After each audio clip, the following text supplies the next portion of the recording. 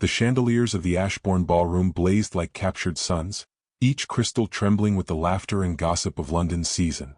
Beneath them, beauty moved like a tide, lace and diamonds, powdered faces and painted fans, all pretending that hearts did not break so easily in candlelight. She stood at the edge of it all, half-shadowed by a marble column, her gloved hands clasped tight to hide their tremor. The violins rose, elegant and merciless, drowning out her breath as she heard the voice she once loved most in the world say, soft enough to wound her utterly, "Who would ever marry you?" Her spine stiffened. She turned slightly, though every instinct urged her to flee. He stood only a few paces away, the man who had once promised her the world and then disappeared when her dowry faltered. Now he smiled at another girl, a golden, laughing creature who had never known disgrace, and whispered the same venom again as if the words amused him. A few nearby ladies tittered behind their fans. The sound cut deeper than any insult could. She looked down to steady herself, her reflection caught in the polished floor. Pale skin, modest gown, eyes too honest for the world she lived in. The room smelled of roses, wax and wealth, things that did not belong to her anymore. She had come tonight only because her widowed aunt insisted. "You must be seen again, my dear," the older woman had said gently. "Let them know you are unbroken." But now, surrounded by silks and smirks, she felt exactly that, broken, quietly, politely as society required. The orchestra changed its tune, and laughter surged anew. Somewhere near the dais, a man's deep voice gave a short, dismissive laugh, rough-edged, unmusical, unlike the lilting tones around him. The sound caught her unguarded attention. Across the ballroom, half-veiled in shadow, a tall figure leaned against the balcony rail, unmoving. His uniform was black and silver, his posture severe, as though even the music kept a respectful distance. "The Duke of Ravensford," someone whispered, as though invoking an omen. A man London feared more than adored. She had heard the rumors, of course, that he had returned from the Peninsular War scarred and strange, that Parliament bent before his temper, that women who sought his favor never dared twice. Yet there he stood, watching the dancers as if they were soldiers marching toward a fate he could not prevent. When his gaze shifted, she felt it before she saw it. Their eyes met for less than a heartbeat. It was not admiration. It was recognition, quiet, piercing, and disconcertingly human. She turned away too quickly, embarrassed by her own awareness. Her aunt approached then, brisk and composed, offering a thin smile. "You look pale, my dear. Perhaps a moment of air." She nodded, grateful, and allowed herself to be led through the gilt doors and into the corridor beyond. The music dulled behind them. Candlelight flickered across portraits of noble ancestors who had never been poor, never been humiliated in a ballroom. Outside, the corridor was empty save for a scullery maid hurrying past with a silver tray. The girl stumbled, nearly falling. Without thinking, she caught the tray before it shattered. "Careful," she whispered kindly. "They would not forgive a stain on their silk carpets." The maid blinked, startled by gentleness, and managed a trembling curtsy. When the heroine smiled, small, uncertain, it felt like the first true expression she had worn in weeks. Then came the voice again, though deeper, nearer now. "You should not apologize for decency," it said. She turned. The Duke stood a few feet away, tall and broad-shouldered, his presence like thunder held barely in check. Up close, he looked less a legend and more a man carved from endurance itself. Faint scar along his jaw, eyes the color of stormlight. "Most of this city would let the girl fall," he continued quietly, "and then debate whether her tears were fashionable." She curtsied instinctively, though her pulse stumbled. "Your Grace," she murmured, uncertain if she should speak further. He studied her a moment longer, not as gentlemen did, not measuring but remembering. "You should return to the ballroom," he said at last, his tone softened by something unspoken. "It is cruel to let them think they have driven you away." She hesitated. "They have not," she said softly, though her throat burned with the lie. His mouth curved, not into a smile exactly but something near it. Then he inclined his head and stepped aside, granting her passage. When she moved past him, the faint scent of rain and gunpowder lingered on his coat, strangely clean amid the perfume of society. When she re-entered the ballroom, whispers fluttered like startled birds. Her aunt's expression faltered, concerned, calculating. "What happened?" she asked under her breath. "You were seen speaking with him." The heroine blinked. "With whom?" "The Duke of Ravensford," her aunt hissed. "For heaven's sake, do you wish to start a scandal?" The older woman's hand trembled as she pressed her fan closed. "Every mother in London warns her daughters not to meet his eyes." But he had already taken his place again upon the balcony, watching without motion. The orchestra began a new waltz, and the dancers rearranged themselves, oblivious to the undercurrent building in the crowd. Her former suitor, flush with triumph and wine, strode toward her, offering a mocking bow. "I see you found powerful company," he murmured, voice slick with insinuation. "Careful, my dear. Even dukes tire of charity." His words were softer this time, but sharper for it. Her aunt's face turned to stone. She felt the air thin between them, humiliation rising like heat beneath her skin. Then the music stopped abruptly, a chord left hanging in the glittering hush. From above, a shadow descended the staircase with military precision. The Duke himself, dark against the gold, every step deliberate. Conversations fractured, silks rustled, the orchestra stilled altogether. Her suitor paled. The Duke halted beside her, his expression unreadable. For a breathless moment no one spoke. Then, in a voice meant for her alone, he said, "You owe no man your silence." The words were not loud, yet they carried through the stunned hush like the strike of a blade. Her heart stuttered. The entire ballroom seemed to inhale at once. Before she could respond, he turned to her tormentor and bowed with the faintest edge of mockery. "If memory serves," he said, "you once fancied yourself a gentleman." The man blanched, unable to speak. The Duke's gaze did not waver. "Then act like one." A murmur rippled across the assembly, half scandal, half awe. The Duke offered her his arm, and though she hesitated, something steadier than fear guided her hand to rest upon it. Together they crossed the ballroom floor, every whisper following in their wake. Chandeliers trembled. Violins waited. London's cruelest mouths had gone utterly silent. And as the great doors closed behind them, sealing away the gasps and gossip, she realized the shift within herself. Humiliation had turned quietly into defiance. She did not know his reasons, nor what the world would make of them. Only that the most feared man in London had chosen, for one breathtaking instant, to stand at her side. Exactly 1,000 words. Rain drummed lightly against the windows of the Duchess of Linton's charity tea, a genteel event disguised as benevolence but known to every guest as a theater of social rank. Beneath the lace parasols and soft chatter, ladies assessed one another with smiles too sharp to touch. She sat near the edge again, hands folded, the porcelain teacup before her trembling slightly as laughter rippled down the long table. Her aunt, alert as a general at court, murmured that they must appear serene. But serenity was difficult when one's name was once again the subject of polite curiosity, especially after a duke had escorted her from a ballroom in full view of London's finest. Across the room, the whispers formed like weather. Perhaps she bewitched him. The Duke of Ravensford, of all men? No, he pities her. That must be it. Each murmur pressed against her composure, delicate but relentless. She lifted her gaze just as the doors opened and the air shifted. Conversation paused, even the Duchess straightened. The Duke himself entered, his black coat unadorned but immaculate, the faint sheen of rain upon his shoulders. Men inclined their heads. Women inhaled. It was as though a storm had stepped inside. He did not glance toward her, not yet. Instead, he approached the hostess, offered a short, impeccable bow, and then, improperly, shockingly, turned toward the servants' table. A young scullery maid had dropped a tray of sugared violets. Shards glittered like frost on the carpet. Before the butler could reprimand her, the Duke bent to retrieve the fallen dish himself. The room froze. When he rose, his gaze caught hers across the sea of astonished faces. It lasted no more than a heartbeat, but it was enough. The Duchess stammered something about military discipline, and conversation sputtered awkwardly back to life. Her aunt's fan snapped open with alarm. He cannot mean to, oh heavens. But he did.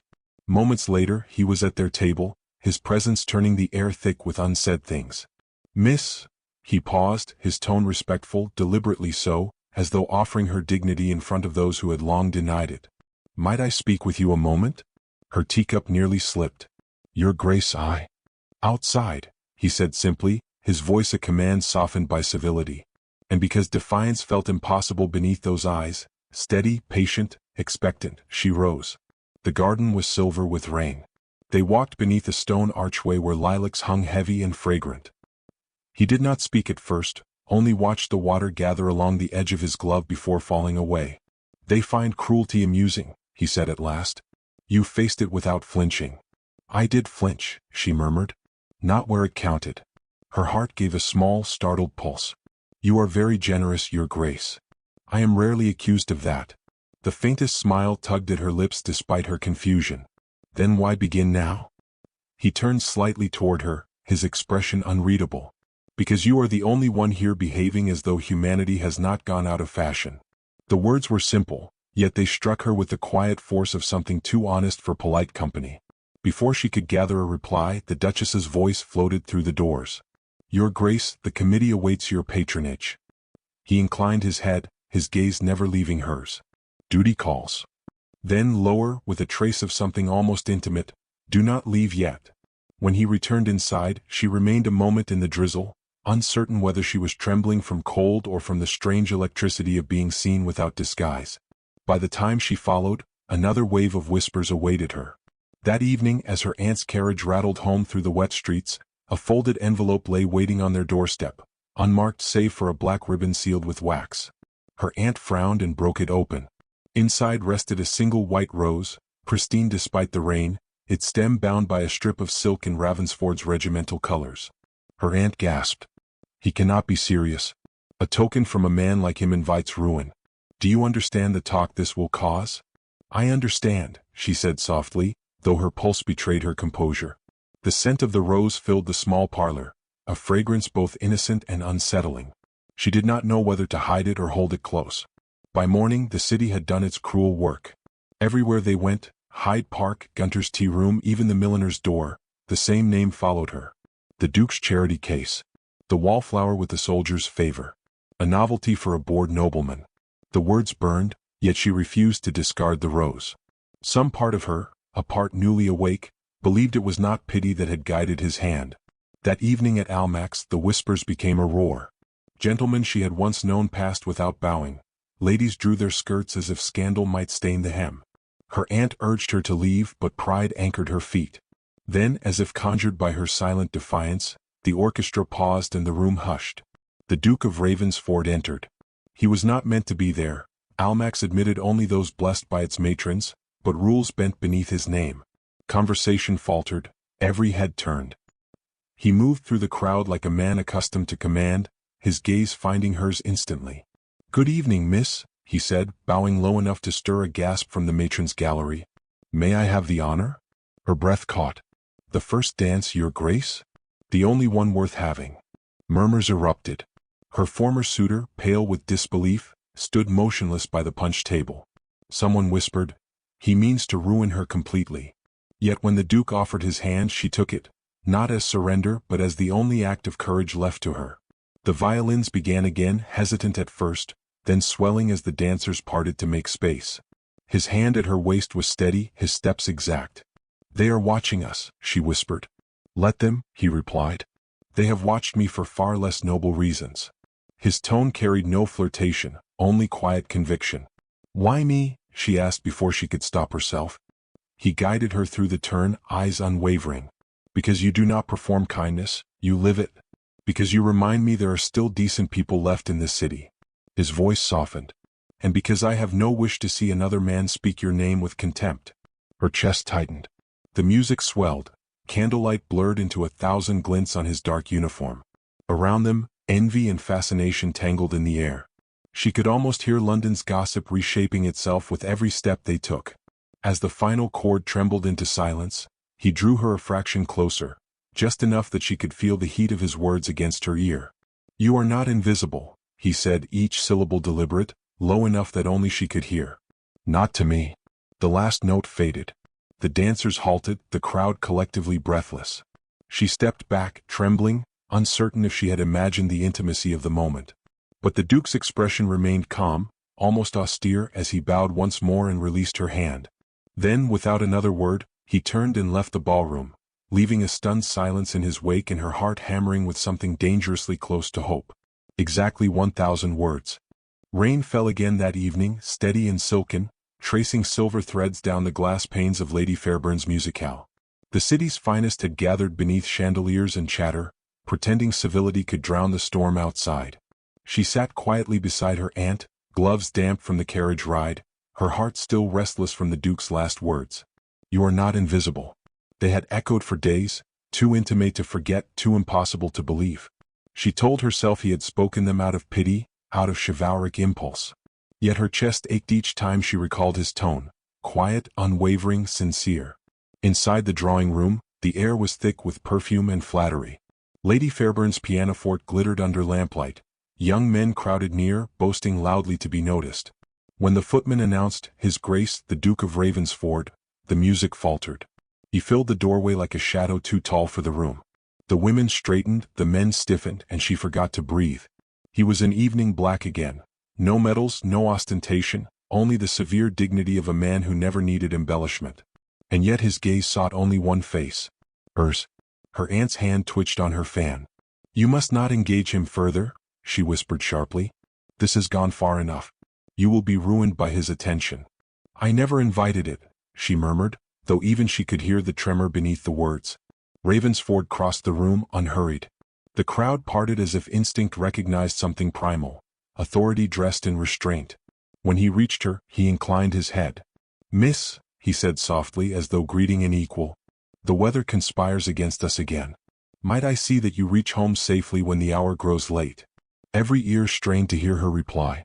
My aunt's carriage will suffice, she managed, though her pulse betrayed her calm.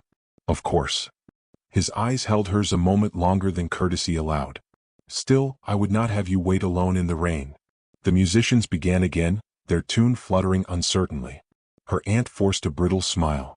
Your Grace honors us with concern, she said, stepping in before her niece could speak further. Pray enjoy the performance. He bowed slightly, but his gaze lingered, a silent promise she did not understand until much later that night. When the musicale ended, the rain had worsened, the carriages queuing along the street like glossy beetles beneath gaslight. Her aunt went ahead to settle accounts with the host, leaving her momentarily in the vestibule. Lightning flared. A footman rushed forward. Your carriage, miss, is delayed. The horses are skittish from the thunder. Before she could answer, another voice intervened. Mine is not. The Duke stood in the doorway, rain beating on his coat. Allow me. She hesitated. Your Grace, I cannot. You can, he said quietly. And you shall. London streets are no place for waiting in this weather. His tone left no space for refusal. Against reason, against propriety, she accepted his hand and stepped into the storm. The carriage door closed behind them, sealing out the roar of rain. Inside, the dim light from a single lantern painted his profile in bronze and shadow. For a time neither spoke. Hooves struck rhythm against the cobblestones. She folded her hands, trying to ignore the nearness of him, the warmth, the faint scent of rain-drenched wool and tobacco. You despise attention, he said at last, voice low. Yet you walk through their scrutiny with more grace than they deserve. I do not feel graceful, she confessed. Only weary. He turned to her. War teaches a man the difference between courage and pretense. What you do each day among these people, it is the same courage I saw in soldiers who stood their ground when the world mocked their purpose. She blinked, startled. You compare me to soldiers? To survivors, he corrected gently. For the first time she saw the weariness behind his composure, the weight of command that never left him. He spoke then not of politics or gossip but of Spain, of fields turned red by battle, of men who sang to forget fear, of the silence afterward. They call me ruthless, he said softly, almost to himself. But ruthlessness is simply what remains when mercy has been burned out of you. Her voice trembled. Then why extend it to me? He met her gaze, his eyes shadowed yet tender. Because you remind me mercy can return. The carriage jolted to a halt. For a moment she thought it had broken down until voices rose outside, muffled laughter, rain-soaked and coarse. Through the blurred window she glimpsed a familiar face, her former suitor, half-drunk, holding a lantern. Well, well, he sneered to his companions. Look who rides home with her protector. Her breath caught. The Duke's jaw tightened. Stay inside, he said quietly, opening the door before she could protest. Rain poured in, cold and violent. Outside, the suitor raised his lantern. Your Grace, he slurred mockingly. It seems you found charity work most diverting. The Duke did not raise his voice. Go home. Or what? The man taunted. Will you duel for your little cause? She'll ruin you before dawn. Something shifted in Ravensford's eyes, something dark and precise. He stepped closer until the other man faltered back into the mud. If you speak her name again, he said softly, it will be the last sound you utter. The rain drowned all reply. The Duke returned to the carriage, soaked through, calm as before. Inside she trembled, not from fear, but from the unbearable gravity of his defense. "You should not have done that," she whispered. "I could no more let him insult you than I could let lightning strike and call it fate." The carriage moved again.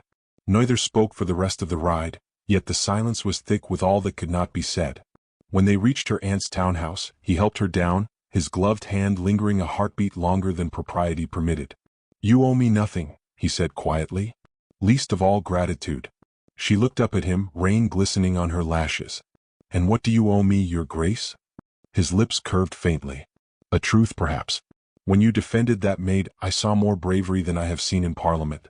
You think yourself invisible, but you are the only person in London who looks kindness in the eye." Her breath caught. "Why tell me this?" "Because I tire of watching virtue be trampled by vanity." A light flickered in the window above, her aunt returning from the hall. The Duke glanced toward it, then back to her. "Good night, Mississippi." His voice dropped, softer now. "London will not forgive me for this." "Nor me," she whispered. He smiled, weary and resolute. "Then let it not forgive us together." Before she could reply, he turned and vanished into the rain. When she entered the house, her aunt stood waiting, face pale. "You were seen," she said hoarsely. "Leaving his carriage." The word struck like a blow. "By whom?" "Half of London will know by morning. Your name will not survive it." A knock thundered against the door before either could speak further. Her aunt's maid opened it. There, dripping with rain and fury poorly disguised as concern, stood her former suitor. His voice was low, venomous. "Who will ever marry you now?" And before she could summon breath to answer, another shadow filled the doorway behind him. The Duke himself, eyes blazing like the storm still raging beyond. Exactly 1,000 words. The door swung open to the storm's full howl, and for one suspended instant, time itself seemed to draw breath. Her former suitor froze on the threshold, color draining from his face as the Duke of Ravensford stepped forward, rain clinging to his coat like armor. "You will leave," the Duke said, voice level but dangerous, "before I decide your cowardice deserves a reckoning." The man sputtered something about misunderstanding, about concern for a lady's reputation, but the words wilted under that steady, imperious gaze. Without another syllable, he backed into the night and vanished into the rain. The silence that followed rang louder than any thunder. Her aunt, rigid with shock, reached for the mantle as though for stability. "Your Grace," she stammered, "this is highly irregular." "It is necessary," he said, removing his gloves with military precision. "The city must learn that cruelty toward this lady ends tonight." She could barely speak. "You risked your name for mine." He turned to her, the candlelight striking the sharp lines of his face. "My name was forged in blood and politics, Mississippi. It can withstand truth." Her aunt exhaled sharply. "Truth? The truth is that London will devour you both." "She is a woman," he interrupted softly, "of more dignity than this city deserves." The older woman faltered, silenced not by insolence but by conviction. The Duke's gaze returned to the heroine, gentler now. "I came because I knew he would," he said. "Men like him do not forgive rejection. They hide behind propriety and strike from the dark. I would not let him." Her throat tightened. "Why?" "Because I have failed to protect better souls than his before," he murmured, eyes distant, haunted by a memory she could not see. "I will not fail again." He stepped closer, and the scent of rain and smoke wrapped around her like confession. "Do you understand what they will say now?" She nodded slowly. "That I have trapped you. That you have lost your senses. And will you mind their words?" "I have minded them all my life," she whispered. "Perhaps it is time I stopped." A flicker of pride, or something deeper, passed through his expression. "Then you are braver than most dukes I know." Her aunt, regaining her voice, declared that this conversation must end immediately. "If you care for her at all, your Grace, leave before you ruin her completely." He did not move. "Ruin her?" he repeated softly. "She is the only unspoiled thing left in this city." Her aunt gasped. The words hung in the air, too honest to be retracted. Then he bowed slightly to the elder woman. "Forgive my intrusion." Turning to the heroine, he said quietly, "Tomorrow at noon, Parliament convenes. I am to defend my position against men who call me unfit for civil service. They will make my conduct toward you their weapon. If you wish me gone from your life, I will withdraw and let them have their victory." Her heart twisted. "And if I do not?" "Then you will stand accused beside me, in name if not in person." The house creaked under the wind's assault. For a long moment neither spoke. Then she said, barely audible, "Let them accuse. I am weary of surviving on silence. His composure fractured, just slightly, a shadow of relief, of reverence. You do not know what that promise means to me. I think I do, she whispered. He took her hand then, gloved fingers brushing her bare knuckles with infinite restraint, and lifted it to his lips. They call me merciless, he said quietly. They're wrong. I simply had no one left to show mercy to. Her aunt turned away, unwilling to watch what propriety forbade yet unable to interrupt it. Outside, thunder rolled again, echoing the strange certainty building between them. The next morning London woke to fire. Not literal, but social, a blaze of speculation that raced from club to parlor, from duchess to dowager. The Duke is finished. The Wallflower has bewitched him. He defied half the peerage for her. By noon, pamphlets whispered his name beside hers, adorned with venomous wit. She remained indoors, curtains drawn, heart pounding with every carriage that passed. Her aunt scolded, wept, prayed, but nothing could undo what had already begun. When the clock struck 12, she could bear it no longer. He will stand alone, she said, rising. Her aunt caught her wrist. You cannot be seen at Westminster. It would be the end. Then let it be. Minutes later, she was in a hired hackney, rain spitting against the windows as the city's heart thundered nearer. The Houses of Parliament loomed grey and immense against the churning clouds. Guards turned as her carriage stopped, one moving forward to protest, then faltering when he recognized her face. Whispers began before she even crossed the courtyard. Inside, the great chamber swelled with voices. She lingered in the gallery, unseen by most, her breath caught as she found him below. The Duke stood at the center, every inch the soldier still, shoulders squared, eyes unflinching. The Lord Chancellor's voice thundered accusations: misconduct, impropriety, degradation of moral office. He listened in silence until called to answer. Then he spoke. I have been accused, he began, his tone measured, resonant, of loving virtue where society values only veneer. If this city condemns me for respecting a woman of integrity, then I accept its judgment. But I will not apologize for admiring courage where others see weakness. A rustle swept through the chamber. Some sneered, others watched in silence. She stood against cruelty when gentlemen stood by. For that she is mocked. I stood beside her, and now they call me ruined. If this is ruin, I welcome it. The Lord Chancellor pounded the desk for order, but the room trembled with murmurs. She could barely see through the tears clouding her eyes. The Duke's gaze lifted then, past the peers, past the sneers, and found hers in the gallery. The recognition was unmistakable, swift as lightning. And then he did what no man of his rank should have done. He stepped forward, removing his signet ring, the symbol of his ducal authority, and placed it on the table before him. London may keep its titles, he said softly. I will keep my honor. Gasps rippled like a physical wave. The Lord Chancellor rose in outrage, but the Duke no longer heard him. His eyes remained fixed on hers.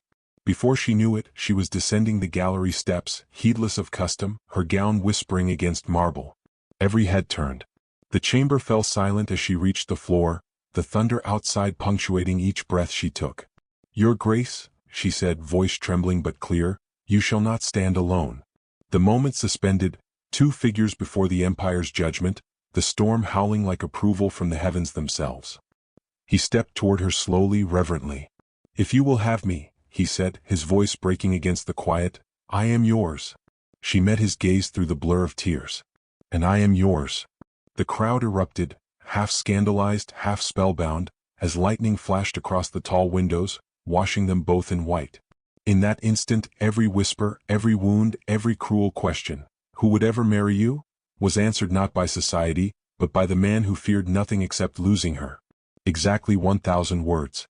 The storm did not quiet for 3 days. London drowned in rumor as if heaven itself had joined the scandal. Every salon, every paper, every whisper began with his name and ended with hers. The Duke of Ravensford renounces his title. The Wallflower ruined him. They say she appeared in Parliament. Imagine, a woman standing beside him.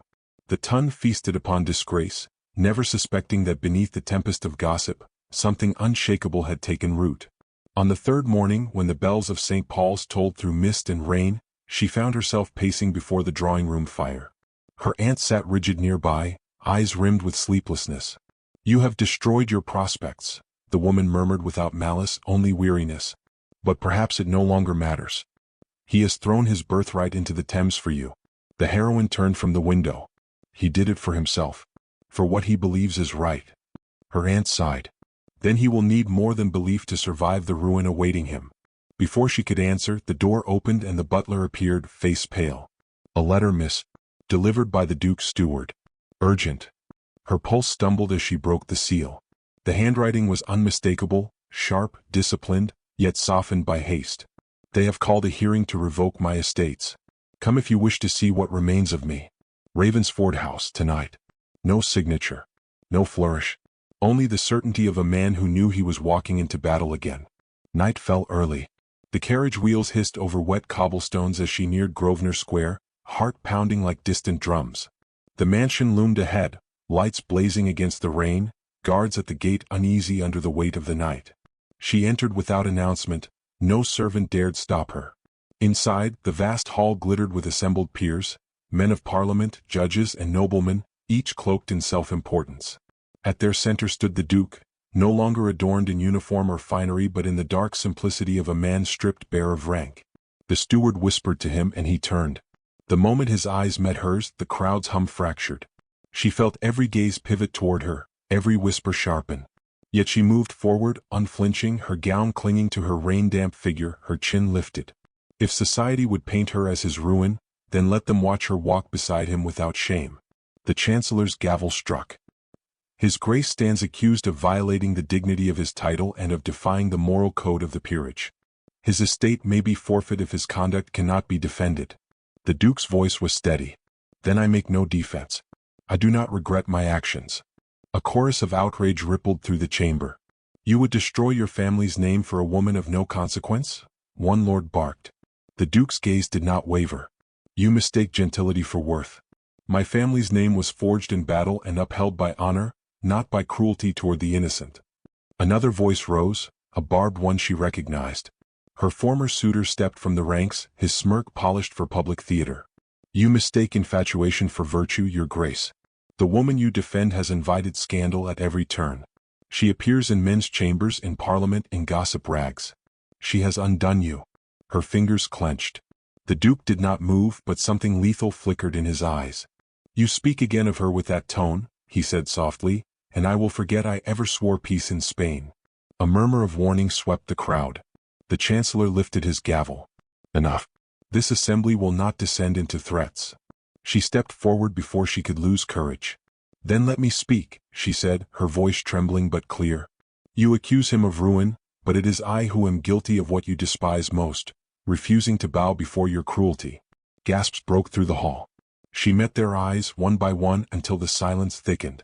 You call him reckless because he defended someone beneath him. Yet none of you defended what is right. You protect your titles while mocking kindness. You fear scandal more than sin. Her words struck like glass. The Duke's expression changed, not pride, not triumph, but something far rarer, peace. The Chancellor's gavel thundered again, but his authority felt smaller now. This hearing is adjourned, he said hoarsely, until the Crown decides. The peers began to disperse, muttering. The former suitor lingered, sneering, until the Duke's steward approached with quiet menace. He fled soon after, pale beneath his powdered confidence.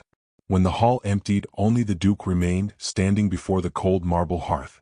She approached slowly, every step echoing in the vast, empty chamber. You should not have come, he said softly, though the words lacked conviction. Then why summon me? He exhaled, a sound half broken, half relieved. Because I needed to see you standing when the world wanted you bowed. She moved closer. And now? He turned toward her fully. Now I must ask if you can bear what I have become. A man without title, wealth, or standing. I have nothing left to offer but my name, and even that is tarnished. Her eyes filled, but her voice was steady. You have something rarer than all of it, your soul unbent. And if the world calls that ruin, then I will gladly share it. He reached for her hand, but before he could speak, the grand doors opened again. The Duke's sister entered, a tall woman in mourning black, followed by a clerk bearing parchment. The Crown has spoken, she announced, her tone trembling. Your titles are suspended, but your estates remain. Parliament has voted to spare them, for now. Relief flickered in the Duke's eyes, tempered by exhaustion. Then they will call it mercy. His sister smiled faintly. They will call it fear. You faced them down and they saw themselves.